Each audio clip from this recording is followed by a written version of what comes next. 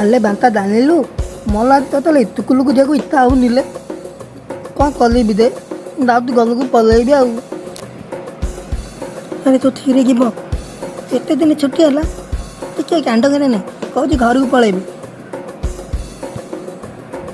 ଶୁଣିଲୁ ତମର ପା ମିଠା ଦୋକାନ ଅଛି ତୋର ମିଠା ଖାଇବାକୁ ଇଚ୍ଛା ହଉନି? ହେଲେ ଇଚ୍ଛା ତ ହଉଛି ହେଲେ କ'ଣ କଲିବି ମିଠା ଖାଇଲେ ବାପା ବାଲେଇବେ ମୁଁ ତାକିକି ତୋଇ ଦଉତି। ଆଚ୍ଛା କହିଲୁ ଶିକ୍ଷକ ଅମ୍ପାୟାର ଭିତରେ ସାମାନ୍ୟତା କ'ଣ ଅଛି?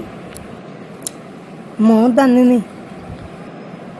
ଏତିକି ଜାଣିନୁ ଦୁହେଁ କିଛି କରନ୍ତି ନାହିଁ ଖାଲି ଠିଆ ହେଇ ଆଙ୍ଗୁଳି ଦେଖାନ୍ତି।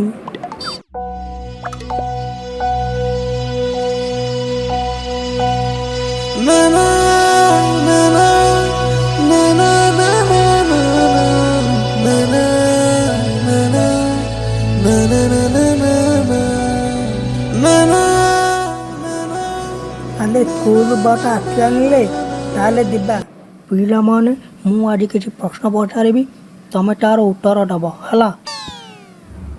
ଆଚ୍ଛା କହିଲ ଆମେ ଶବ୍ଦ ପ୍ରଦୂଷଣ କିପରି ରୋକିପାରିବ? ତାହେଲେ ଆମେ ତୁରନ୍ତ କାନ ବନ୍ଦ କରିଦେବା ଉଚିତ।